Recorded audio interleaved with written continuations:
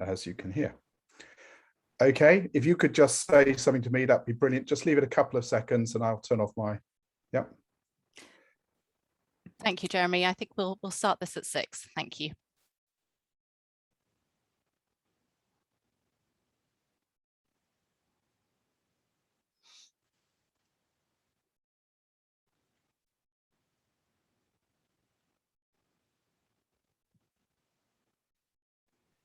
Can you just speak again? Hello, testing. We'll be starting this shortly.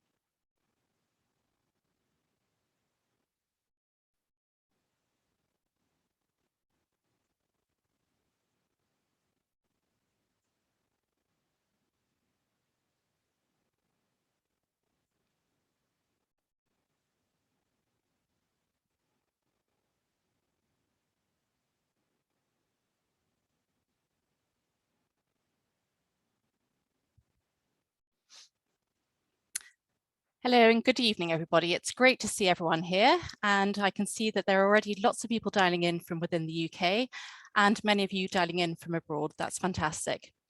Well, I'd like to say welcome to the latest in our series of leadership masterclasses. Tonight, we're very excited to hear from John Allan, CBE, Chairman of Tesco, Chairman of Barratt Developments, Chair of the Council of Imperial College London, and the Vice President of the CBI. But before we meet him, let me tell you a little bit about the Institute of Directors. Here, we believe that better directors make better businesses, and for just £35 per month, membership provides you with access to a whole range of useful business tools, from networking to free tax and legal advice. And now we also have access to a whole range of meeting places and lounges. One of the key benefits of membership is access to our professional training programs, which are designed and delivered by directors for directors all over the world and have helped set the standard for good corporate governance. This event is part of the IoD Business Extra webinar series, which is providing insight and added value for our members. On this slide, you will see the agenda for this evening, which focuses on the interview. And there are 2 ways that you can get involved at the bottom of your screen. Firstly, you'll see a chat button. Do use this and let us know where you're dialing in from. And please share your details with the other attendees. There will also be a special LinkedIn post in the chat box, and all you need to do is comment, and then you can connect with the other attendees. Secondly, there is a Q&A button. So if there are any questions that you would like to ask this evening, they'll be taken from this section. The great thing about the Q&A is that you can upvote questions that you like and wish to see answered. Finally, just to let you know that this webinar is being recorded. Now over to Alistair King. Thank you. Sophia, thank you very much indeed. Great to be with you here today. I'm really delighted to welcome John Allan, CBE. John, can you hear us and can you see us? Very well. Excellent stuff. John, welcome to the IoD Leadership Masterclass series of interviews. I'm really delighted that you could join us today. And now, John, instead of me going waxing lyrical about your background, I wonder if you could just say a little bit about where you came from, how you got to be where you are today, and say a little bit about your career, just as a backdrop for everybody. Well, look, I'll try not to be over lengthy, Alistair, because having been around for a long time, I've been down many highways and byways. But in essence, you know, my school life was at a state school in Kirkcaldy in Fife. I moved from there to Edinburgh University. And I got quite heavily involved in business at Edinburgh because the Student Representative Council, which I was involved with, had a big wholesaling business. And that was what convinced me to go into business. So when I graduated, I joined Unilever, and I worked in succession in consumer products and then in food retail, a very broad band of services, until ultimately in 1994, I was given the opportunity to be CEO of a not very well-known company called Ocean Group, which we merged with National Freight Corporation in 2000 to become XL PLC.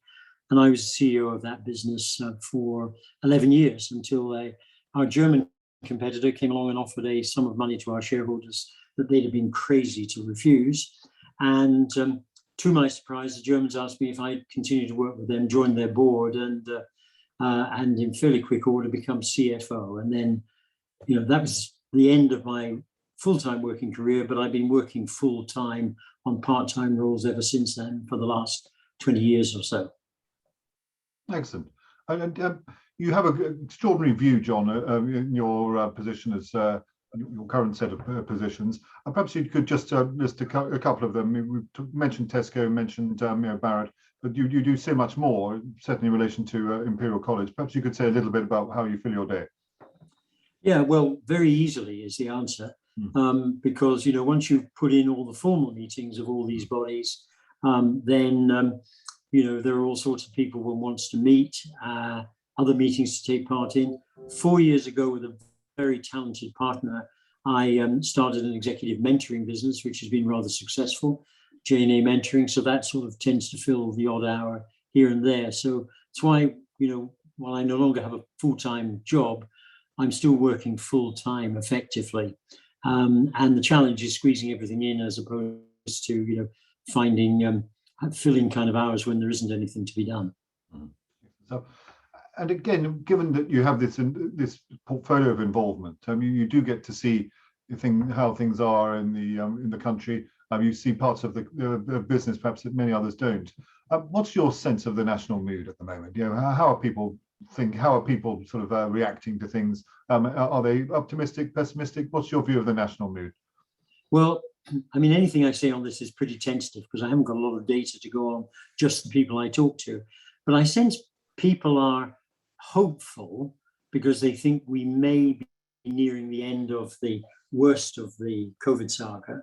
On the other hand, I think, they're not confident because they think that may still come back and bite us. They're aware of some of the business challenges that are being faced. And again, there's this dilemma. On the one hand, many parts of the economy are going like a train, which is great. On the other hand, I think people, particularly exporters, are still struggling with the impacts of Brexit. So I think it's a mix. I don't think there is a single national mood. I think there are all sorts of strands of thinking, which kind of average out to be pretty average. Right. And do you think we're on an upward trajectory, though? Are people noticeably more optimistic now than they were? Yeah, I believe that we've been through the worst of COVID, and people are now starting to learn to live with what's left of it. And certainly that's reflected in things like, the retail spending figures that I see for the grocery industry have been surprisingly resilient, even against periods last year when there was a bit of panic buying and so on. So I think optimism is on the increase. And we've certainly we've seen in our careers inflation in the way that many who are under the age of 40 haven't seen inflation. I wondered, we saw a fair old inflation print earlier on this morning. I just wonder, is that a potential concern for you at the moment? Are you worried about that? I don't think the levels of, my reading of the situation is that these levels, I think, are not sustainable, and they're not sufficiently large to be incredibly disruptive. Now, that may turn out to be completely wrong, but I think the relatively modest level, single-digit increases that we're seeing in some food prices, cost of labor is going up, unsurprisingly. All of that, I think, is something that is kind of livable with, and we'll go through over a period of maybe 6 to 12 months and come out the other side. I don't think we're in for systemically very high levels of inflation, which I think would be worrying. If I can talk to you a little bit about your role at Tesco. I think that there's been a lot in the news recently in relation to the supply chain problems that we've had, etc. Not just for Tesco, obviously, but throughout the whole sector. How would you characterise the UK logistics sector at the moment? Because are the stories that we hear, are they accurate, or is it a bit overblown? I only really see one piece of it, Alistair, which is the supply chain from food manufacturing through and into retail food stores. But I went out and visited a bunch of stores, ours and competitors, as recently as this morning. So, to see with my own eyes. And I thought these were all in London, and I think there are regional differences. in general, availability was very good. Particularly, I have to say, in Tesco, and that's not just advertising Tesco, we have a very, very strong, resilient supply chain. But even products where there had been some short supply, and which are quite expensive and difficult to distribute, like water, for example, was back in stock. So there were really no serious shortages there. Where I think there is concern is that at this time of year, the grocery industry, food retailers are traditionally building stock for Christmas. And there's really not enough coming through the supply chain to make that possible at the moment. So we're keeping stores currently well stocked. There is a bit of a concern that, you know, down the road when we get to late November, December, we may not have enough stock to cope with seasonal peaks then. I don't think that's a certainty by any means. I think it's a possibility. I hope it's a relatively low level possibility. I don't think it's anything people can or should panic about, but it's a risk that's out there. And again, the same question in relation to HGV drivers. So again, some fairly expansionary stories in the newspapers about sort of things that have there's a shortage of 10,000 drivers, all the rest of it. Again, are these stories overblown, or is there a real pinch point there? No, I think there is a pinch point, and there is no doubt that we as a nation, and I don't just blame government for this, have not done enough to deal with two things. One was an awful lot of EU drivers decided to go home, and of course that was exacerbated by COVID. You know, why hang around here if there was no work or little work? So we've seen quite a significant proportion of our driver workforce return to its countries of origin, where in fact, you know, the economies are pretty healthy and you no longer maybe feel the need to be temporary migrants. And secondly, we have an aging HGV workforce in the UK, which is getting to the end of its working life and retiring. And I don't think we've done enough to train up a new generation to attract people into the industry, make it attractive, which would have meant paying a bit more, training people, getting them through the testing system, which has been a nightmare for the last 6 months. I think the good news is the government have now registered that that is a problem, and they're starting to do something to unblock it. Now, the solution, I think, to this is relatively straightforward and can be done in a year. One, training more drivers. That's the long-term solution. And in the short term, I think allowing temporary immigrants to come in who have got HGV skills and so on, some of the people who've left here, tempting them back to see us through probably the winter and into the spring, early summer of next year. Now, you know, some problems are very difficult to solve. This is not mission impossible. It's relatively straightforward. And I think it's risen up the government's level of priority. The appointment today of Michael Gove to Save Christmas, I think is an indication that the politicians have recognized that if Christmas is a disaster, and I don't think it will be, but if Christmas were to be a disaster, they might end up feeling the brunt of people's unhappiness with it. So better late than never, but I think people are now girding their loins to solve this. And I don't think we can entirely eliminate shortages over Christmas, but we can mitigate it considerably. And no one is going to be short of food to eat. Do you sense that Michael Gove will be in touch with you, John, to sort of get your view as to what to do? I think he's very unlikely to get in touch with me. What I think he is likely to get in touch with very rapidly is the folks who manage this for Tesco, and their opposite numbers in other supply chains. And normally there is very good dialogue between government and business over specific issues like this. We've been talking to Grant Shapps for some time about the solutions. You know, I think he's grasped what needs to be done. You know, Gove has a reputation for actually getting things done. I just hope he's very successful. And the other, again, this is entirely my thought, but a reason that I haven't seen mentioned is that 5 years ago there was not the penetration of Ocado and the Waitrose delivery vans around the place, and so a number of people who might have gone on to take their HGV licenses have ended up driving those delivery vans. Yes. Has that also detracted, or is that something that's irrelevant? I don't think so. I mean, it's a very different job. It has a different licensing requirement. You don't have to have a full HGV license. Sure. So there has been some increase in home deliveries, although that's abating a bit now. And clearly there are more people involved in working for courier firms and also directly for us and others in doing grocery home delivery. But I honestly don't think that workforce has not been drawn from existing or potential HGV drivers. I mean, it came from all sorts of sources. During the crisis, we had pilots signing up with us to do home deliveries and all sorts of others. So I don't think that's, I mean, there are obviously in any problem, there are a number of factors. If that is one, it's a very tiny one. Understood. John, I originally contacted you to do this interview in the wake of a lot of commentary that you were on the radio and the television a fair bit just before Christmas last year, when the EU-UK trade deal was still being negotiated, and you were being asked about potential impacts, particularly if there was a failed set of negotiations, etc. And so I thought I would be in contact with you to see if we could have a chat later in the year. So I'm delighted that it's come to fruition now.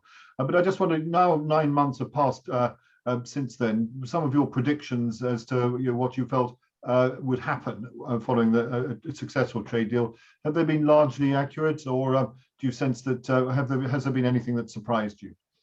Well, I think the circumstances have changed, which has made the outcomes in some cases different. For example, there hasn't been a huge impact on imports into the UK because the government have chosen not to impose the bureaucratic regimes that they would be perfectly entitled to do so, which would make it more difficult. And therefore, EU imports into the UK or exports from the EU to the UK are actually pretty healthy.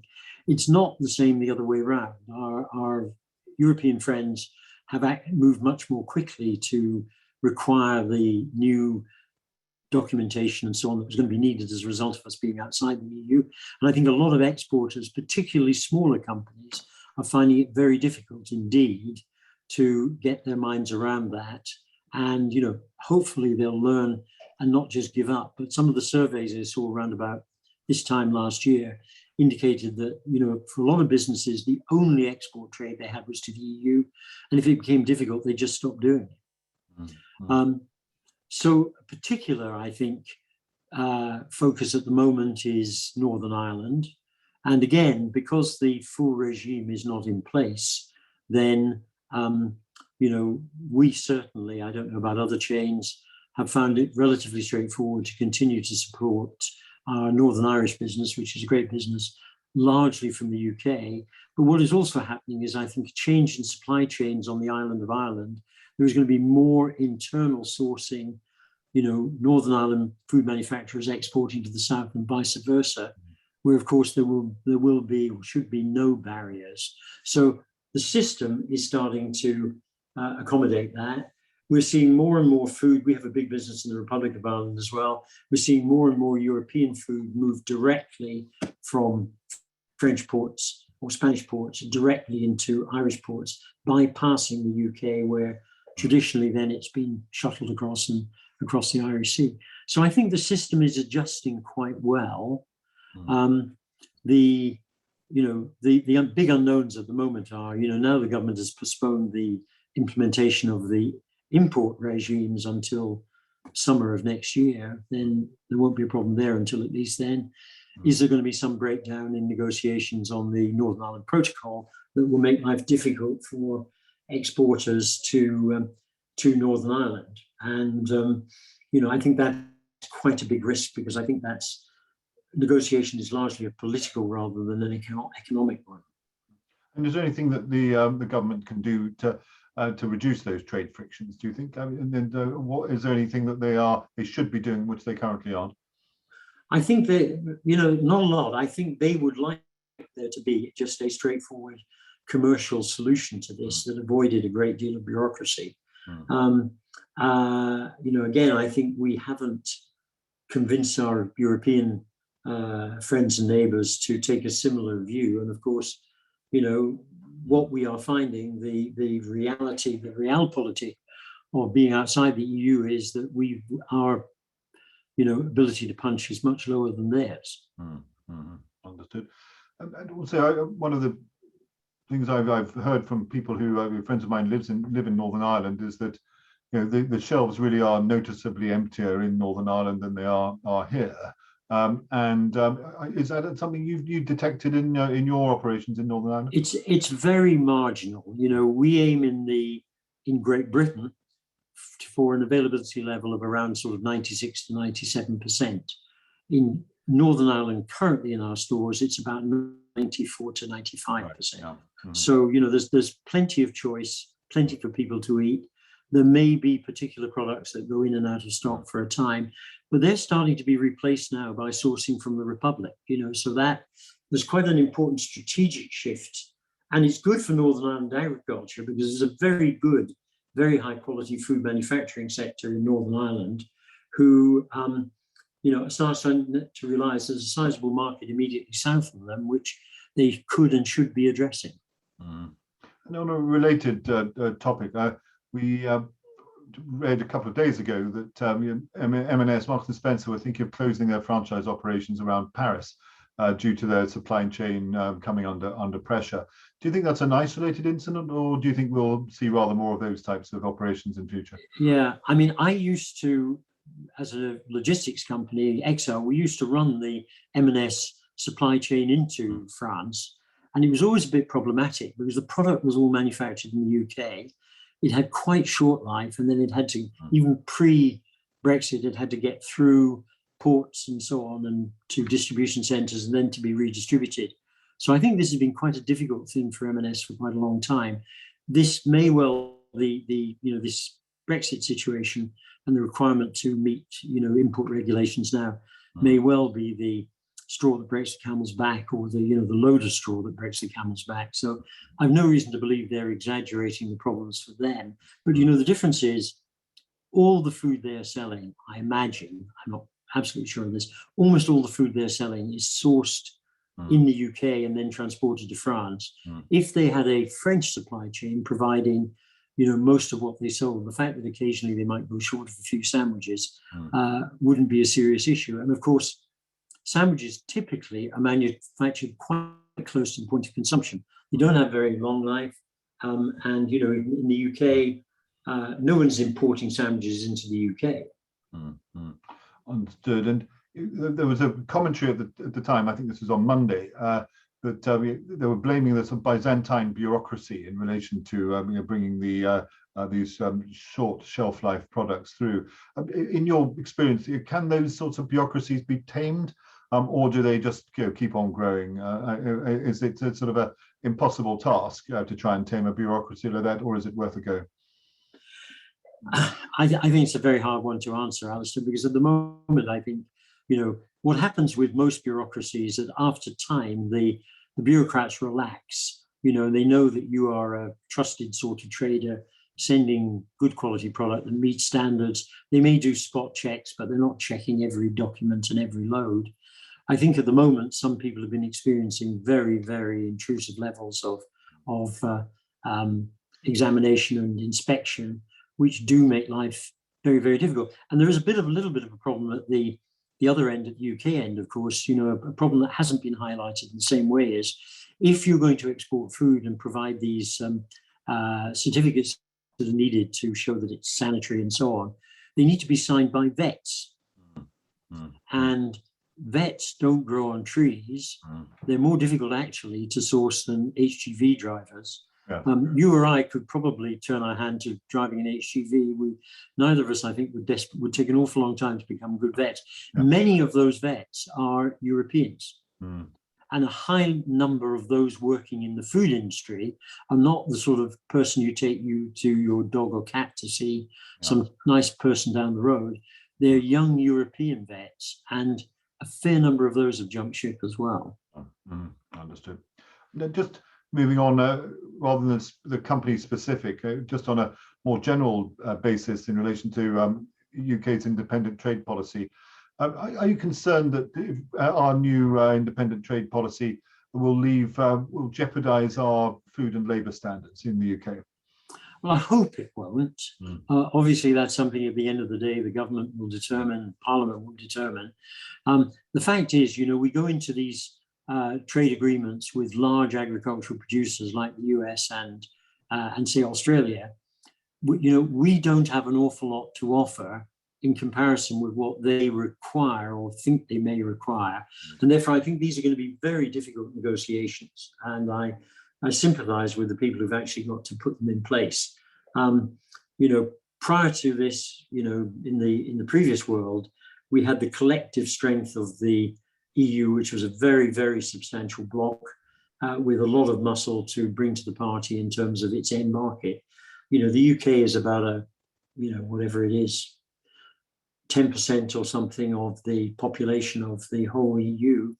And as a result, we've got less clout. Now, I don't think this means it's mission impossible. I think it just means it's mission very difficult. And we're probably going to have to be satisfied with trade agreements that are partial. They don't cover everything. They're not as comprehensive as we'd ideally like. And we're then going to have, the trade agreement is really it's a necessary but not sufficient condition. We then need to get our business people and the Department of Trade people out on the road selling Britain very hard, and we may have to rediscover the notion that learning a few languages is perhaps quite helpful when it comes to doing export trading. But I think all of this is doable, but I think we may have an uncomfortable 5 years or a decade while we adjust to the fact that we're now in a different world. And I know that Liz Truss has been promoted earlier on this afternoon, and so she won't be doing the negotiation of these free trade agreements from now on in. But whoever replaces Liz Truss, what sort of advice would you give them in relation to how they should be negotiating those free trade agreements? Well, I think they have been doing a number of things quite well. I don't think this has been a disaster department. I think what it needs is the trade experts, foreign trade experts in the Department of International Trade, and there are a fair few, to engage closely with key business people, to understand, I think, in particular, the needs of small business. The reality is big business will find a way of coping with all of this, because if necessary, they'll manufacture it somewhere else, not in the UK. I think we should be giving a lot of thought and attention to small businesses who haven't got the same fleetness of foot to be able to move their manufacturing and change their supply chains away from the UK if necessary. So I think they deserve all the help they can get. Lovely. If I can move on from your role at Tesco towards your role at Barratt Developments, PLC, house building industry, and it's under particular scrutiny at the moment from both politically and also from society at large. As an industry, how is it reacting? Well, I think I can only really speak for Barratt and some of our competitors. I think it's reacting very responsibly. There's a recognition that this cladding scandal is not a dreamt up non-event. It is for real, for a variety of reasons. Buildings have been, covered with cladding which has been unsafe in terms of fire safety and so on. And we've got to get on and deal with that and find a way of dealing with it. And, we at Barratt's have been spending a significant amount of money helping out where we think we can.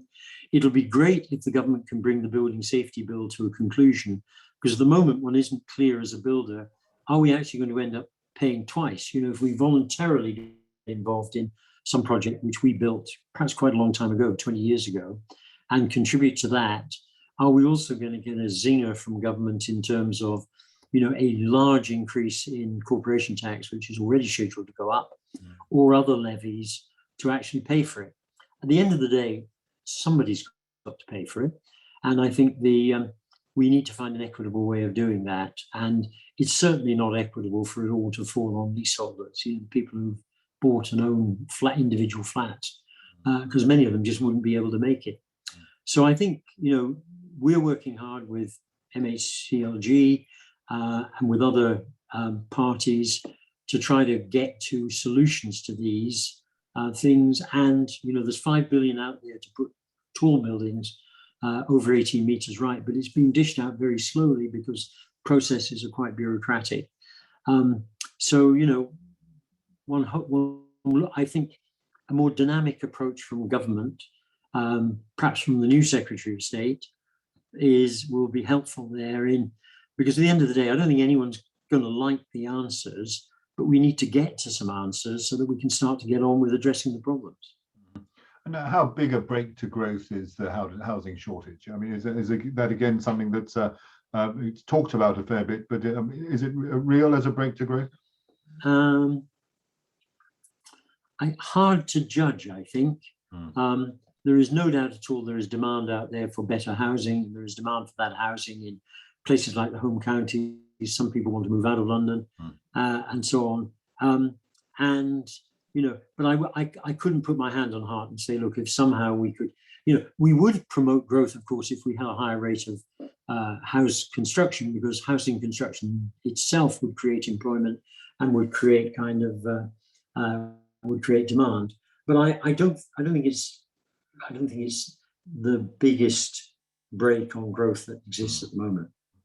So we've talked about the reshuffle earlier, and you just mentioned that Secretary of State Jenrick has been replaced. How popular was he with developers? Was he viewed as quite pro-development? And are you concerned that any replacement would not be quite so beneficial?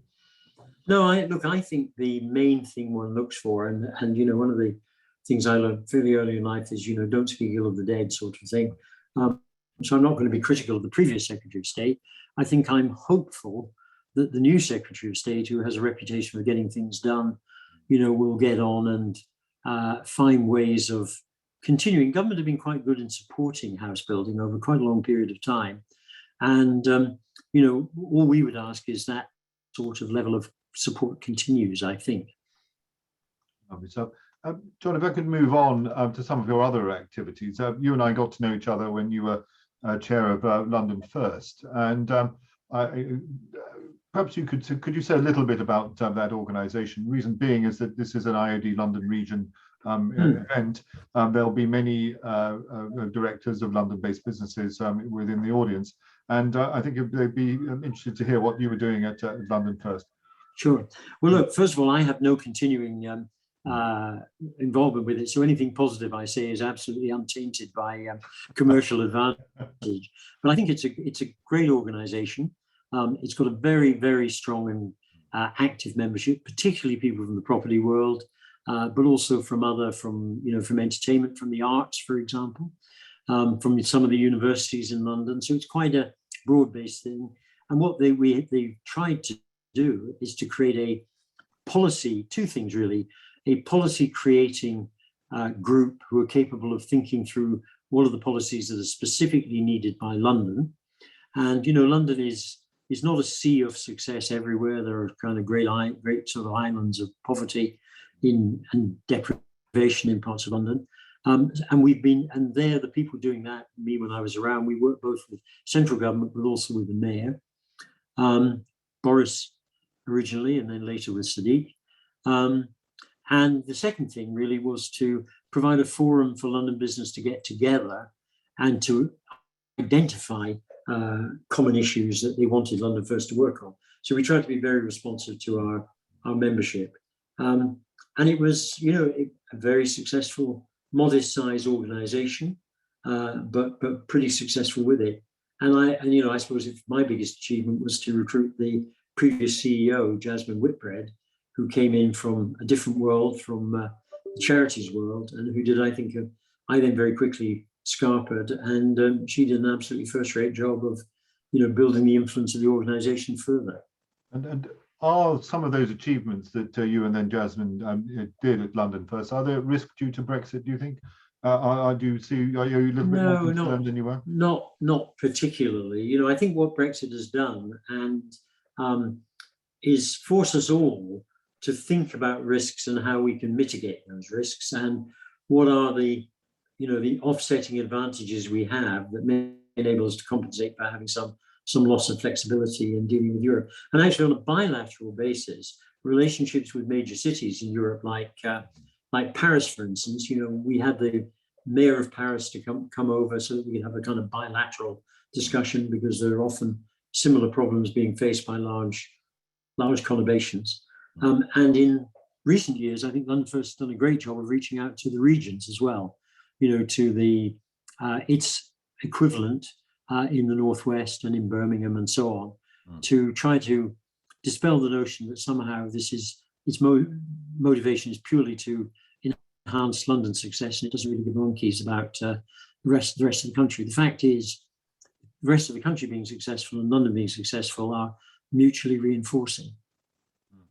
And one of the other organisations which you're involved in, the CBI, you're vice president there, and one of the earlier interviews in this series I interviewed our mutual friend Lord Karen Billamoria, and he was particularly keen that the IoD and the CBI do rather more things together. I sense, and that's something I'm sure that both organisations would be open to. What role do you see organisations such as the IoD and CBI having in policy formulation, sort of going forward? I think, the more we can collaborate and form a common view on policy in particular, the more influential business is going to be. We have this Byzantine structure in the UK where there are really 5 business representative organisations: CBI, IoD, FSB, MAKE, and Chambers of Commerce. And frankly, government is able to some extent to divide and rule, to listen to who they want to on a particular topic.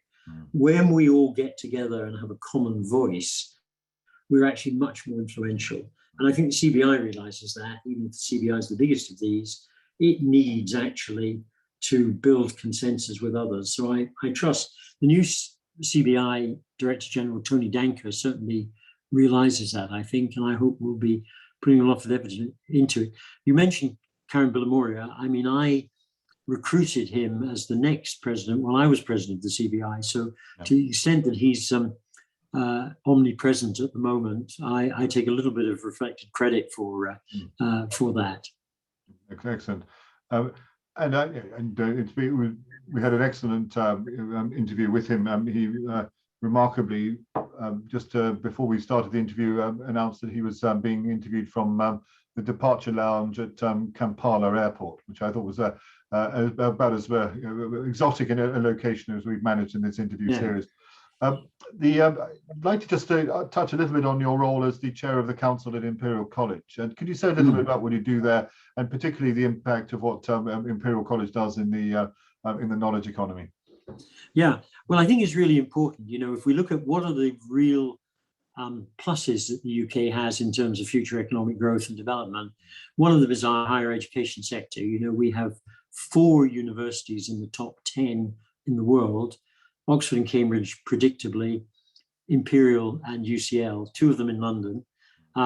They are powerhouses in terms of research, but also increasingly development, what the academics call translation, turning these academic discoveries into things that are usable. And it's very interesting. My early months at Imperial, I talked to quite a lot of students and asked them what we were good at, as well as what we weren't so good at. I shan't share the latter with you, but almost to a man and a woman, they said, we're really given a great opportunity to become entrepreneurs. And what is interesting is more and more of these science graduates, science engineering graduates, even medical graduates, are finding their way into starting up businesses and becoming entrepreneurs. And I think I saw some statistics today about the rate of formation of new businesses. I think that's one of the biggest pieces of potential that we have got as a nation, and we should nurture it and love it and encourage it. And Imperial happens to be one of the top 4 in that respect. It's the one that actually our graduates earn more than anyone else. So we're kind of pretty good in that respect as well. But most importantly, I think, is huge work is going on increasingly in healthcare. It's interesting. There is a bit of a switch in the science world from kind of hard science to now life sciences and healthcare and public health. And of course, we are stacked full of people who are, experts on public health. It doesn't mean they always get it right. They're asked to make predictions about COVID. I think that's a godforsaken task. But there are people doing fantastic work, preparing us to cope with even better than we have if there is another pandemic. And some of the discoveries that have gone on in terms of vaccine development actually are potentially applicable to almost any condition. And the vaccinologists are learning how to create a tailor-made vaccine even more quickly. So I think it's a great part of the UK story, and something that we really should be, we should be leading on as a nation. Plus, of course, all the foreign students who come here contribute to our balance of trade. So the Department of International Trade regards that's been very good. So all good, I think. Yeah, that'll be tough. Now, John, a general question. I ask all my guests this question, and that is 1979, UK was in a deep crisis. Ian Jury and the Blockheads released a track called Reasons to be Cheerful, Part 3. And what Ian Jury did was just list a series of things that made him happy that perhaps weren't sort of generally sort of prevalent, weren't obvious. And I just wondered, in these sort of tough times, etc., what are your reasons to be cheerful that perhaps may be hidden? Well, I won't go back over old ground, but the creativeness of our universities, the strength of our art sector. We're slowly becoming the world capital for filmmaking, which is brilliant. More and more studios being opened and so on. I think so. Our people, I think we have got talented, enthusiastic people. I think we have got many of those people who come from outside the UK. The latest example was last weekend in the tennis. It's interesting that someone who's half Romanian, half Chinese by ethnicity, becoming a national hero overnight. And, there's just so much talent out there, which we haven't always done a great job of training and developing. But that's the reason I'm cheerful. I think we've got resilient, talented people. And if we can give them their heads, give them the opportunity to flourish, as a country, we'll do very well. Lovely stuff. Wonderful. Well, we'll go on to the audience's questions. We've had a lovely selection of questions coming in as we've been speaking. John, perhaps I'd kick off with a question from Dan. Dan's asking, what are your thoughts in relation to the pending HFSS, which I think is the high-fat salt and sugar rules in relation to promotions within Tesco's, etc. What's your view of the impact that will have in relation to Tesco? I think directionally, I don't want to comment on the detail, but directionally, I think it's the right thing to do. We have taken billions of calories out of our own label products, and zillions of however you measure salt, whatever the appropriate measure of salt is. And we've done that gradually and slowly so that people hardly notice it. So I think helping people to a healthier diet is got to be good news for national health in quotes, and anything that is helping point people in that direction has to be approved. So I think the food retailers, certainly Tesco, will work with this, try and make the most of it. On the other hand, we're also trying to provide people with attractive alternatives to things like meat. So there's huge innovation going on in plant-based food, which we're very much at the center of, doing quite a lot of it ourselves, but also creating opportunity for others. So I think this is a lot more good than bad. I mean, if it's done ham-fistedly, it could be a short-term problem, but it doesn't have to be. Understood. A question from Catherine. Catherine's asking about the groceries supply code of practice, and where the code of practice as to how retailers are expected to manage their suppliers fairly, etc. What's been the impact on Tesco since its implementation? I think it's been wholly positive. I think regulation can be a good thing. It's not always a good thing, but it can be a good thing. Tesco went through some very difficult times 7 years ago, as a result of which, a lot of management cleared out, new management brought in. I came in as chairman, the board was restructured, and actually we worked very hard with the GSCOP regulator to try to become, a very, very well thought of practitioner in terms of how we deal with our suppliers. And we can see that in the regular surveys we do of suppliers. Trust in Tesco has gone up, as having been at a pretty low point, a sort of nadir, is now well in line with, even ahead of most of our competitors. So I think this was something that was necessary and helpful, and we're very happy to work with it. And a follow-up question from Trenton. Trenton's asking, what advice would you give SME suppliers who hope to get into the supply chain for Tesco? What would you advise them to do to develop that relationship? Probably come and talk to us, and we are taking on a increasing number of new products, supporting smaller companies. we've now got a kind of the ability to list a product for maybe 50 stores or something, so that you can actually have a chance to show what it's made of doing. But you should talk to the kind of category teams in our commercial function in each case. And if you find that a completely blind alley, you just can't find a way in, kind of come back to me and I'll try and open the door for you. So thank you, John. I've got a question from Joe, who's saying, I'm particularly interested in your involvement with Imperial College. How can IoD collaborate with Imperial College Business School as well as with the college? What's the best way for IoD to collaborate? Gosh, I think Imperial would be keen, but I don't know the answer to that question. But what I will do, I was talking to the Dean of the Business School.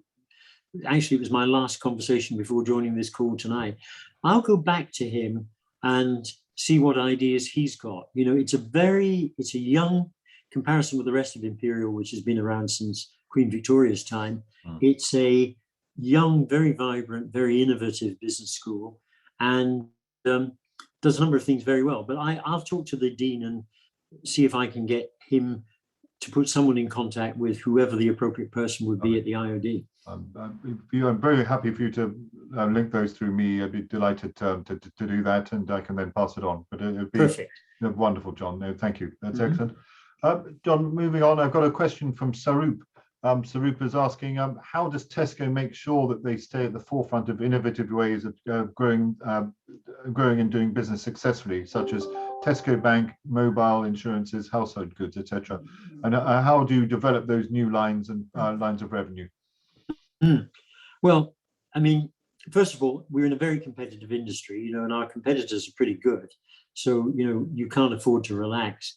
What we've done in the last couple of years is to establish an innovation group who are specifically looking for new ways of improving our business, doing things differently. Those may be product innovations, but if I take a couple in terms of delivery of product, in Ireland, we're experimenting with drones to deliver to kind of remote rural locations.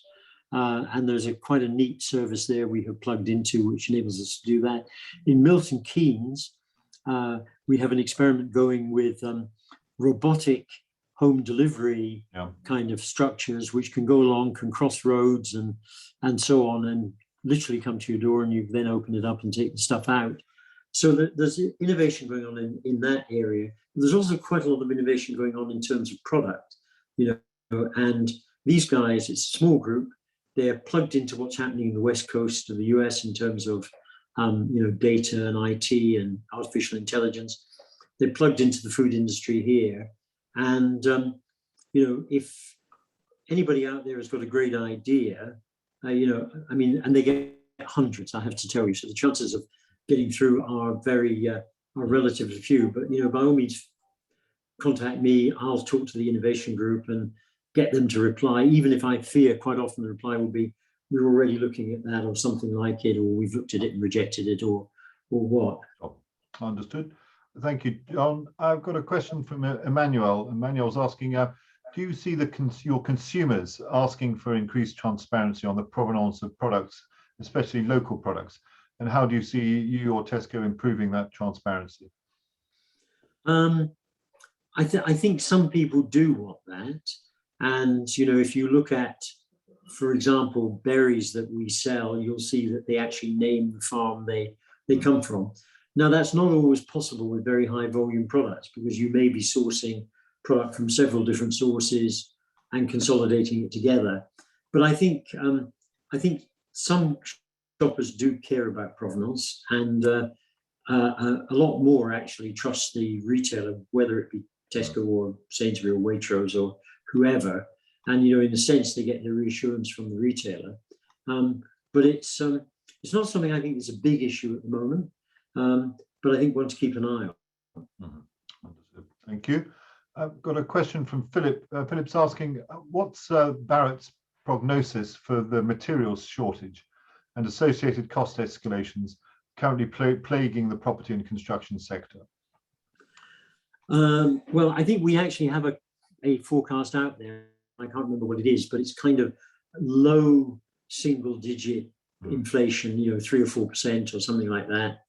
The more difficult issue is ensuring we remain in supply, because house prices have been creeping up and will more than cover the additional material costs. The challenge is getting there, and the facts are this disruption, HGV drivers thing, I think has had a particularly difficult impact on the construction industry. Our supply chain people have been working extremely hard, and we haven't actually had to cease operations anywhere yet. But we've been within hours of doing so on some occasions. And I suppose we're a little bit lucky, as we're the largest house builder. We probably get a bit more support from our major suppliers than would otherwise be the case. But it's a real challenge at the moment. Yeah. Thank you, John. Question from Christopher. Christopher's asking, how does Tesco reduce waste, especially plastic waste, and ideally turn it into energy? The technology exists and all it needs is implementation. Sure. Can I have the next half hour to answer that question? Because it's very dear to our hearts, because we've been working on waste reduction for a long time, and also reduction in plastics. Last year, we announced we'd taken 1 billion pieces of plastic out of our system. For instance, we'd stopped having, these kind of things that hold 4 cans of beer together, or with a sort of plastic connector. We stopped doing all that. And similarly with tins of beans or whatever, we can program a price reduction through our tills. So if we want to say, they're £1 each, but buy 4 and it's £3.50, we can do that through the tills. We don't actually have to have a separate product to do so. So that stuff is happening. In terms of fresh food, we've had a program going for some years, which involves linking with local charities. We're involved with several thousand local charities. We have an app which was actually developed by some students in Trinity College Dublin and made available to the world, which means the local charities, and these are micro charities like battered wives refuges, or drug dependency places, or whatever, day centres, can plug in, see what we've got that's coming too close to the end of its life, and come along and connect it. And typically there'll be 3 charities per store. One will come on Monday and Thursday, Tuesday and Friday, Wednesday and Saturday, something like that, and pick up products. So as far as possible, we eliminate waste at store level. We've now introduced a new system, which has been in the press in the last couple of days, which allows people to use a renewable, a refillable container. And you can look at that if you look in the press in the last sort of 48 hours, there's 72 products or 80 products, I think. So you go in, you buy your tomato ketchup, and then when you finished it, you return it and get another one. So it's a swap basis. They take it off, it's cleaned, and and so on. And that system, I think, is very attractive if we can make it work. We're going into 60 stores so that it's, we can see whether we've been doing it in 1 or 2 stores, whether we can make it work on a more industrial scale. So there is a huge amount going into both waste and plastic reduction. I'll tell you, the big unsolved issue is most food waste occurs in the home. And people buy more food than they consume, and they end up throwing quite a lot of it out.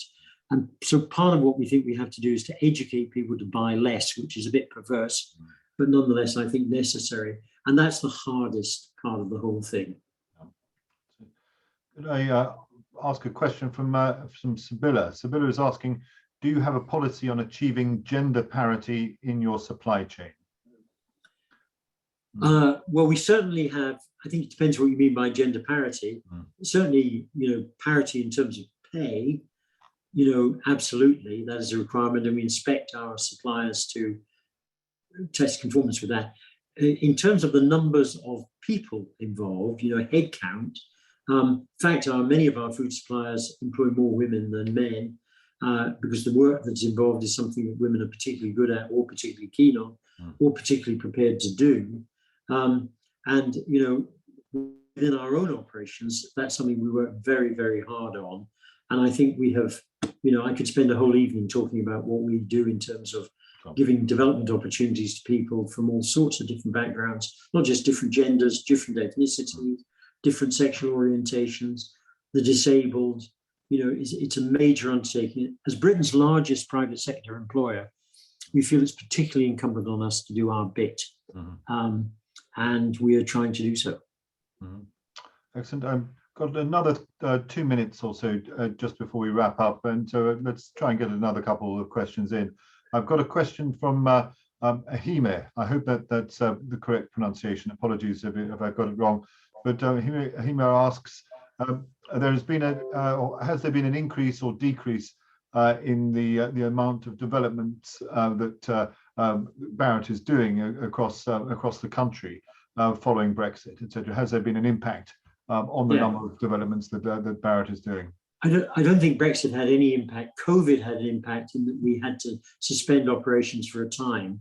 Our years run to 30th of June, but for 30th of June 21, 30th of June 22, the one that is we're just gone through the first quarter of, we're now predicting we'll be back to pre-COVID levels and capable of growing somewhat beyond that for the next 2 years or so.